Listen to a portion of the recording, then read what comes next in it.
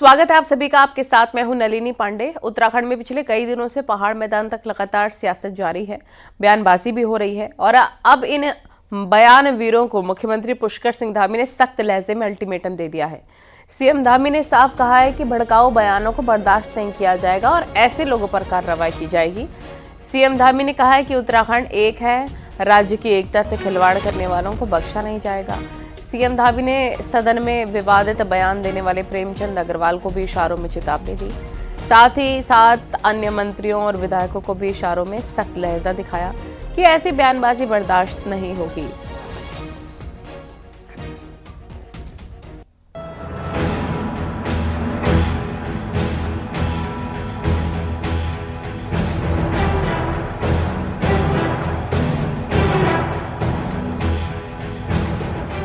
विधानसभा में संसदीय कार्य मंत्री प्रेमचंद अग्रवाल का बयान इस तरह माहौल खराब कर देगा, इसका अंदाजा किसी को नहीं था।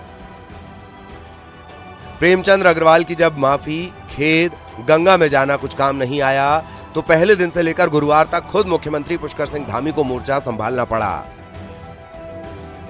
मंत्री प्रेमचंद के बयान ने पहाड़ और मैदान के बीच ऐसी बहस खड़ी कर दी कि मंत्री, विधायक, स्पीकर सब बोल पड़े, जिसकी जो समझ में आया कहता चला गया। तो कांग्रेस ने मुद्दे को पहाड़ी राज्य की भावना और अस्मिता से जोड़ दिया। अब सरकार के मंत्री, विधायक, सांसद, नेता ही जब मुद्दे पर बटे हों तो गुरुवार को मुख्यमंत्री पुष्कर सिंह धामी को सख्त अंदाज में सबको समझाना पड़ा। एक बार सख्त लहजे से उन सभी लोगों को, चाहे वो कोई भी हो, हमारे मंत्री हो, विधायक हो, सांसद हो, जनप्रतिनिधि हो या आम उत्तराखंडी क्यों ना हो, सभी से कहना चाहूंगा कि उत्तराखंड की एकता के साथ खिलवाड़ करने वालों को हमारी सरकार बिल्कुल भी माफ नहीं करेगी। इसलिए आज के बाद इस प्रकार के भड़काऊ बयानों को भी गंभीरता से लिया जाएगा और उत्तराखंड की अस्मिता से खिलवाड़ करने वालों पर सख्त कार्रवाई सुनिश्चित की जाएगी, जो भी हमारी एकता को नुकसान पहुंचाने का काम करेगा। जिस वक्त मुख्यमंत्री उत्तराखंड को नुकसान पहुंचाने वाले बयानों पर कार्रवाई की बात कर रहे थे, सदन में कागज फाड़ने वाले बद्रीनाथ के कांग्रेस विधायक लखपत बुटोला, बीजेपी के मंत्री, विधायक, सांसद और नेताओं पर हल्ला बोल रहे थे। बात यहां भी पहाड़ी राज्य उत्तराखंड की पहचान और अस्मिता से जुड़ी थी, तो मांग मंत्री पर कार्रवाई की हुई। वहीं अपने मंत्री, विधायक, सांसद के पहाड़ मैदान पर अलग अलग बयान और ज्ञान से परेशान बीजेपी ने कांग्रेस को कोसा। ये बात है बीजेपी कांग्रेस की नहीं, ये बात अस्मिता से जुड़ा हुआ है, स्वाभिमान से जुड़ा हुआ है और उस उत्तराखंड के शहीदों के सपनों से जुड़ा हुआ है, जिस पे ये राज्य की अवधारणा हुई थी, जिसके लिए लोग शहादत दी है, जिसके लिए राज्य बना है। उन लोगों को सोचना पड़ेगा कि इस तरह से अगर ये उत्तराखंड रहेगा तो हमें आगे क्या करना पड़ेगा। देखिए, प्रेमचंद अग्रवाल ने जो कुछ कहा उसको कोई भी स्वीकार नहीं कर सकता। उन्होंने खेद प्रकट किया है, क्षमा याचना की है और ऐसे शब्द न चाके जब निकलते हैं तो समाज के अंदर उसकी एक प्रकार से ऐसी परिणति देखने को मिलती है। लेकिन कांग्रेस के नेताओं से भी मैं आग्रह करूंगा कि देवभूमि के स्वरों को बिगाड़ने का काम न करें। उत्तराखंड में कौन कहां से आया, कौन पहाड़ी और कौन बाहरी। मंत्री प्रेमचंद अग्रवाल के बयान के बाद इस पर बीजेपी के सब नेताओं ने अपना अपना ज्ञान दिया, लेकिन बीजेपी के मंत्री, विधायक, सांसद और नेताओं का ज्ञान कहीं बीजेपी को भारी न पड़ जाए, इसीलिए कार्रवाई की चेतावनी देते हुए मुख्यमंत्री पुष्कर धामी ने उत्तराखंड को बांटने वाले बयानों पर लगाम लगाने को कहा। दीपांकर भट्ट, न्यूज़ 18, देहरादून। पहाड़ मैदान के बयान के बीच कांग्रेस नेता हरीश रावत का सोशल मीडिया पोस्ट सामने आया है। इसमें उन्होंने बीजेपी नेताओं को घेरा है। हरीश रावत ने लिखा है कि उत्तराखंड के कुछ नेताओं में होड़ लग गई है, उनके पूर्वज भारत के किस हिस्से से थे। मेरे उन दोस्तों को हिमालय हिस्से का नामकरण और जाति बोध पसंद नहीं आ रहा या उनमें हीन भावना पैदा कर रहा है। मेरे इन दोस्तों के पूर्वजों को हिमालय ने अपनी गोद में पाला पोसा, खिलाया पिलाया। आज मेरे दोस्त उस गोद को किराए की बताते नहीं थक रहे। धन्य है भाजपा, तेरे पास गुणी लोगों का भंडार है।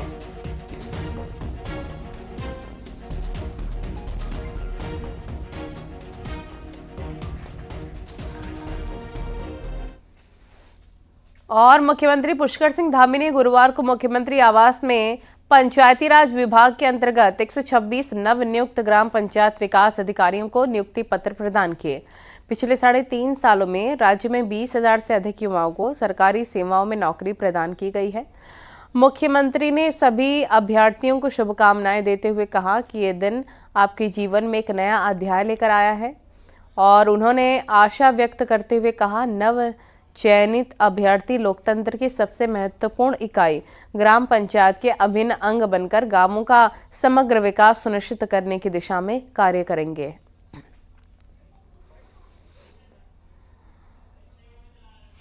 पंचायती राज विकास विभाग में ग्राम पंचायत विकास अधिकारी के पद पर नियुक्त होने वाले सभी 126 अभ्यर्थियों को हार्दिक बधाई देता हूं, शुभकामनाएं देता हूं। और आज का ये दिन आप सबके जीवन में एक नया अध्याय लेकर आया है। एक नई शुरुआत आप सबकी आज से प्रारंभ हो रही है।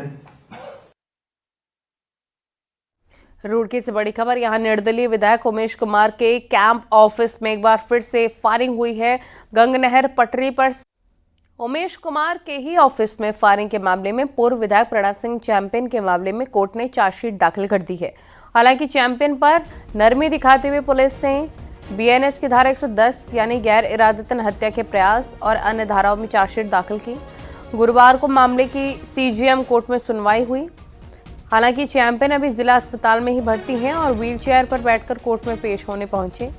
आपको ये भी बता दें कि चैंपियन को डॉक्टरों ने पहले ही फिट घोषित किया था, लेकिन जेल जाने से बचने के लिए वो अभी तक अस्पताल में ही स्वास्थ्य लाभ के नाम पर जमे हैं। चैंपियन के वकील शुक्रवार को जमानत की अर्जी दाखिल करेंगे और माना जा रहा है कि उनको कोर्ट से राहत मिल सकती है।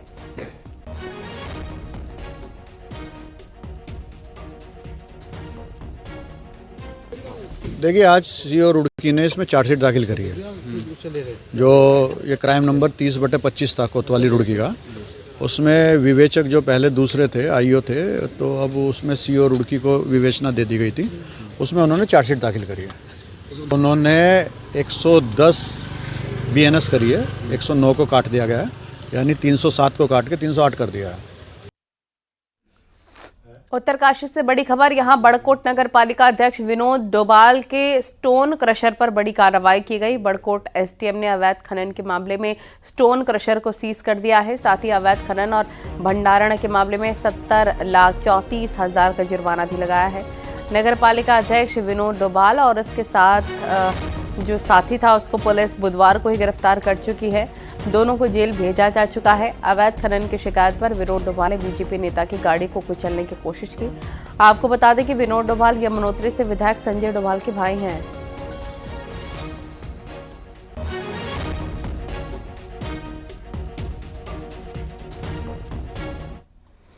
रुद्रप्रयाग में साइबर ठगी का एक चौंकाने वाला मामला आया। इसके बाद आप इसे जानकर दंग रह जाएंगे। यहाँ एक शख्स ने फर्जी डीजीपी बनकर रुद्रप्रयाग एसपी से व्हाट्सएप पर 50,000 रुपए की डिमांड कर डाली।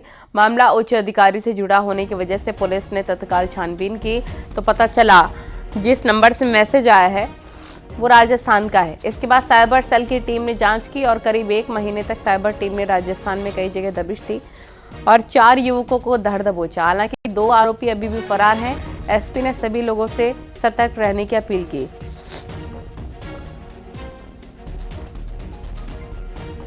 6 जनवरी 2025 को एक अनोखा मामला हमारे सामने आया जिसमें साइबर ठगों द्वारा डीजीपी अपने आप को डीजीपी उत्तराखंड बताते हुए स्वयं मुझे एसपी रुद्रप्रयाग को कुछ व्हाट्सएप मैसेज किए गए और उस पर कुछ पैसों की डिमांड की गई और लगभग 6 लोगों का गिराव में से हमने 4 लोगों को सक्सेसफुली गिरफ्तार किया है।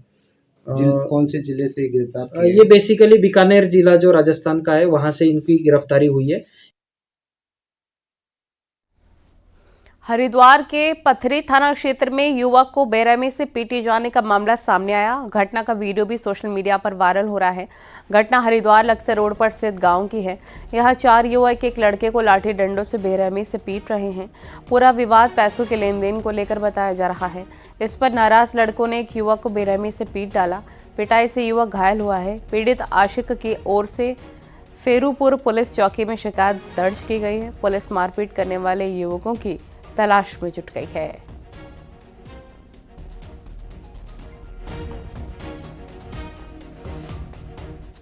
और ऋषिकेश से बड़ी खबर, यहां अचानक गंगा नदी का जलस्तर बढ़ गया। इसके बाद जानकी झूला पुल के पास नदी में मौजूद कुछ लोग टापू पर फंस गए और करीब 100 लोग जानकी झूला के पास टापू में फंस गए। हालांकि तुरंत ही रेस्क्यू टीमें एक्शन में आई हैं और सभी लोगों को सुरक्षित निकाल लिया गया, सभी को बचा लिया गया है।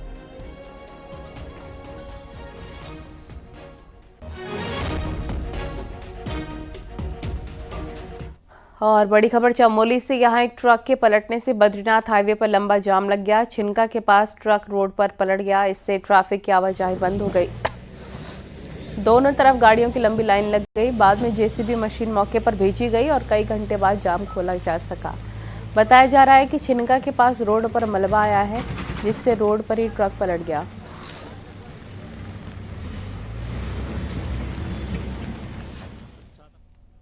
उत्तराखंड में नए चीफ सेक्रेटरी की तलाश शुरू हो गई है। मौजूदा चीफ सेक्रेटरी राधा रतूड़ी 31 मार्च को रिटायर हो रही हैं और सरकार को करीब 2 साल बाद चुनाव में भी जाना है। ऐसे में संभावित नामों पर चर्चा शुरू हो गई है।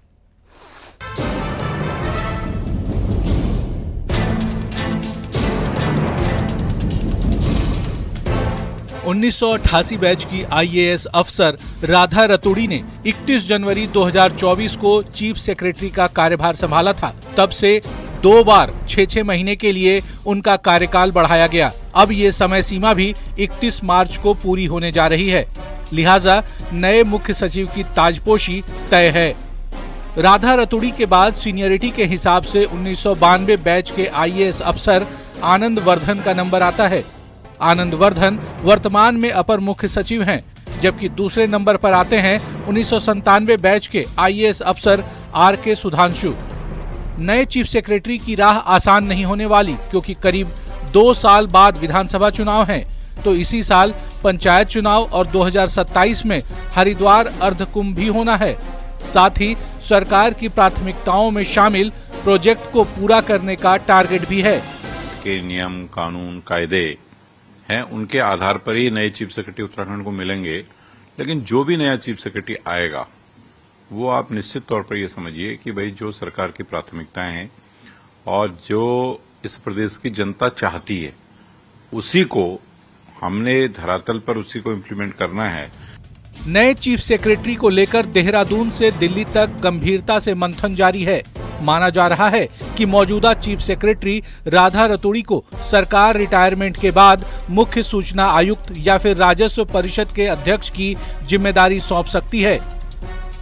देहरादून से न्यूज़ 18 के लिए सुनील नवप्रभात की रिपोर्ट।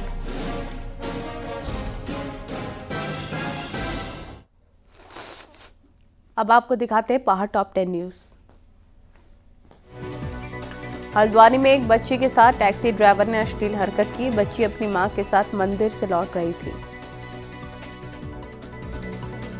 चक्राता के जोगियो गांव के एक गाड़ी बेकाबू होकर गहरी खाई में गिर गई। हादसे में एक की मौत हो गई, जबकि एक घायल हो गया है। विकासनगर के कालसी में एक नाले में एक नवजात शिशु का शव मिला। इसे फेंकने वाली तलाश में जुट गई है पुलिस।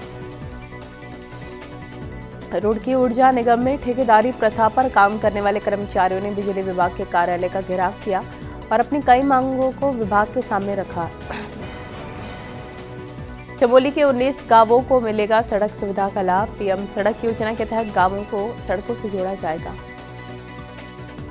हरिद्वार जिला पंचायत की बोर्ड बैठक में विकास योजनाओं के कई प्रस्ताव पास किए गए। पंचायत अध्यक्ष राजेंद्र सिंह की अध्यक्षता में मीटिंग हुई। सस्ता गल्ला विक्रेताओं ने विभिन्न मांगों को लेकर पिथौरागढ़ में प्रदर्शन किया। आरोप है कि कोरोना काल का भी अभी तक विभाग ने भुगतान नहीं किया। अल्मोड़ा जिला प्रशासन की पहल पर तैयार की जा रही 7 लाख सब्जियों के पौधे। होली के बाद किसानों को 1 रुपए में दी जाएंगे सब्जियों के पौधे। उत्तरकाशी के डुंडा में स्थापना दिवस मेले में बड़ी संख्या में ग्रामीण पहुंचे, जहां मां रेणुका और दूसरे देवी देवताओं के दर्शन किए हैं। लंबे समय बाद पिथौरागढ़ के सभी हिस्सों में झमाझम बारिश। ऊंचाई वाले इलाकों में बर्फबारी, निचले इलाकों में बारिश।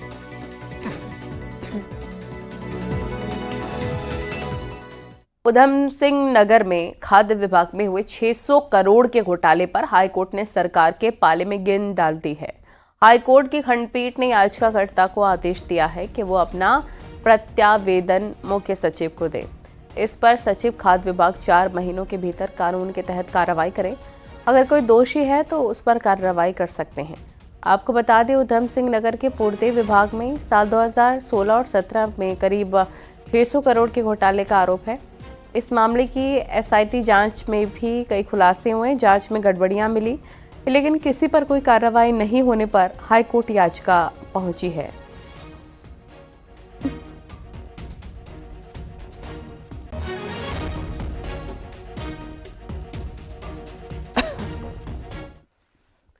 उत्तराखंड में बुधवार से ही मौसम बदला हुआ है और अगले 2 दिन भी ऐसा ही रहने वाला है। आज देहरादून समेत प्रदेश के ज्यादातर इलाकों में बारिश और बूंदाबांदी हुई। पहाड़ों में 3200 मीटर के ऊपर के इलाके में कई जगह पर बर्फबारी हुई। पश्चिमी विक्षोभ के असर के चलते हुई इस बारिश और बर्फबारी से एक बार फिर से प्रदेश में ठंडक बढ़ गई है। मौसम विज्ञान केंद्र के पूर्वानुमान के मुताबिक अभी अगले 48 घंटे इसी तरह का मौसम बना रहेगा। अगले 2 दिन निचले इलाकों में बारिश तो 3200 मीटर के ऊपर के इलाके में बर्फबारी का सिलसिला भी जारी रहने के आसार हैं। तो अगर 27-28 ये 2 दिन की हम बात करें फरवरी की, आज और कल के लिए, तो इसमें देखेंगे जो हल्की से मध्यम बारिश पूरे प्रदेश में जो है ज़्यादातर जगहों में मिलने वाली है। इसके साथ साथ जो हमारे अंदर के डिस्ट्रिक्ट है, उत्तरकाशी, चमोली, पिथौरागढ़, रुद्रप्रयाग और बागेश्वर, तो इनके जो ऊंचाई के क्षेत्र हैं, जिसमें खासकर मैं कहूँगा 3200 या 3300 मीटर से जो ऊपर के हैं, तो उनमें हैवी से वेरी हैवी स्नोफॉल भी कुछ जगहों तक में वो दिखेगी। साथ साथ हैवी रेंस की भी बात करें तो इन डिस्ट्रिक्ट्स में हैवी रेंस भी कहीं कहीं पर मिलेंगी। उत्तरकाशी के निचले इलाकों में गुरुवार सुबह से हल्की बारिश हो रही है। मुकबा में बर्फबारी भी शुरू हो गई है। इसकी तस्वीरें भी आ गई हैं। इस समय पूरे हर्षिल और गंगा घाटी में जमकर बर्फबारी हो रही है। ऐसे में जो पर्यटक यहाँ पहुंचे वो बर्फबारी का खूब लुत्फ उठा रहे हैं।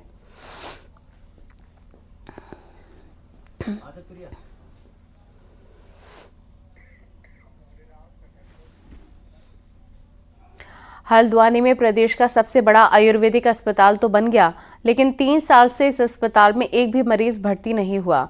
यही नहीं, स्टाफ के नाम पर भी केवल जुगाड़ से काम चल रहा है।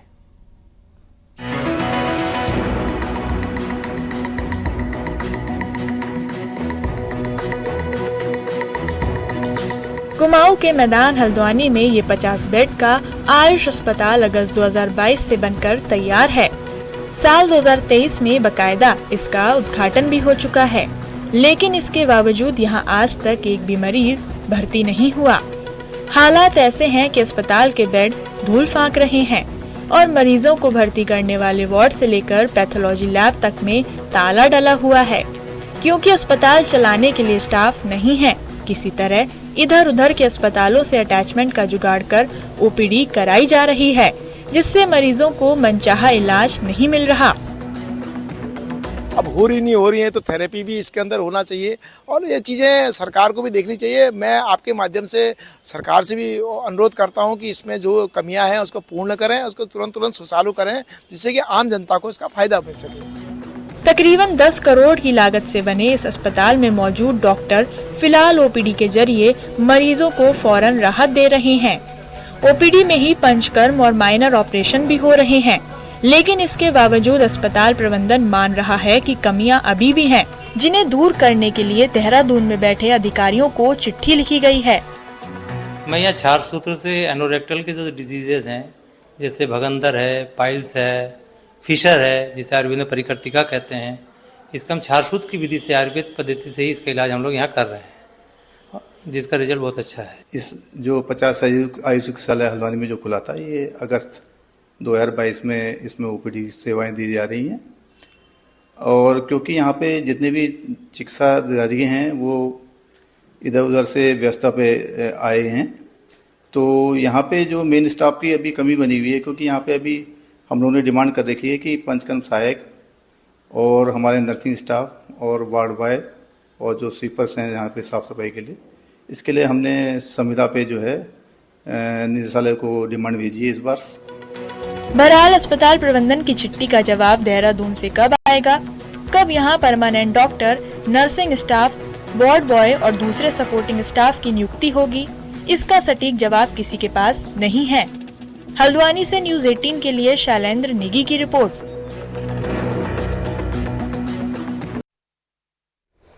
नैनीताल में न्यूज़ 18 की खबर का एक बार फिर से दमदार असर हुआ है। न्यूज़ 18 ने नैकुचिया ताल में जर्जर हेलीपैड की खबर दिखाई थी।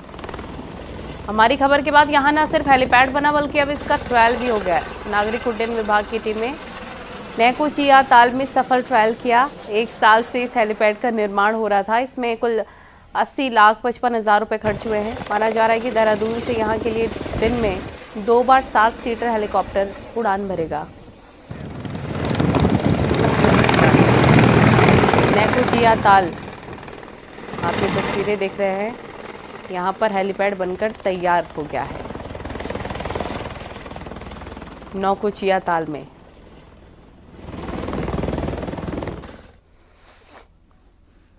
पिथौरागढ़ उत्तराखंड के उन पहाड़ी शहरों में शुमार है, इनका तेजी से विस्तार हो रहा है। पहाड़ के शहरों में लोगों की तादाद तो आए दिन बढ़ रही है, लेकिन पेयजल संकट भी उसी तेजी से गहरा रहा है। ऐसे में अब जल निगम आने वाले 30 सालों की डिमांड को देखकर पेयजल योजनाओं को तैयार कर रहा है। देखिए रिपोर्ट।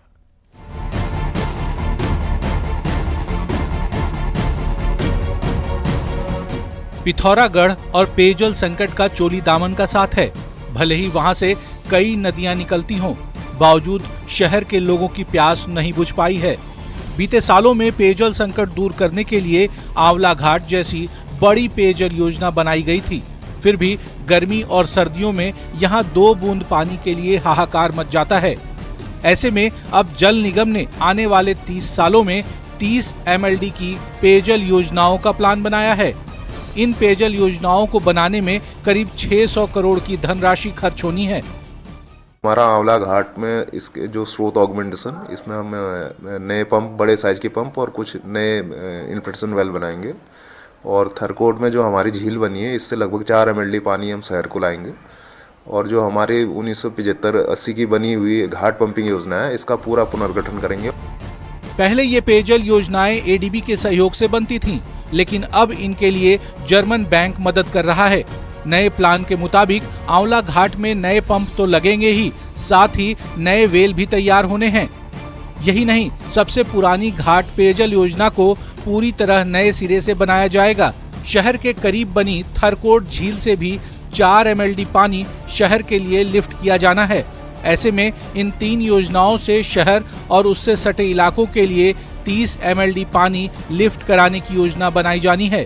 पॉपुलेशन में अत्यधिक वृद्धि हो रही है। आसपास का जितने भी सराउंडिंग गांव हैं, विलेजेस हैं और जितने भी एरियाज हैं वहाँ से, क्योंकि पिथौरागढ़ एक हब है, मुख्यालय है, तो मुझे लगता है पानी की क्राइसिस को देखते हुए नई योजनाओं का आना बहुत ज़रूरी है। क्योंकि जो भी जैसे घाट पेयजल पंपिंग योजना है, वो उसको कई वर्ष पुरानी योजना है।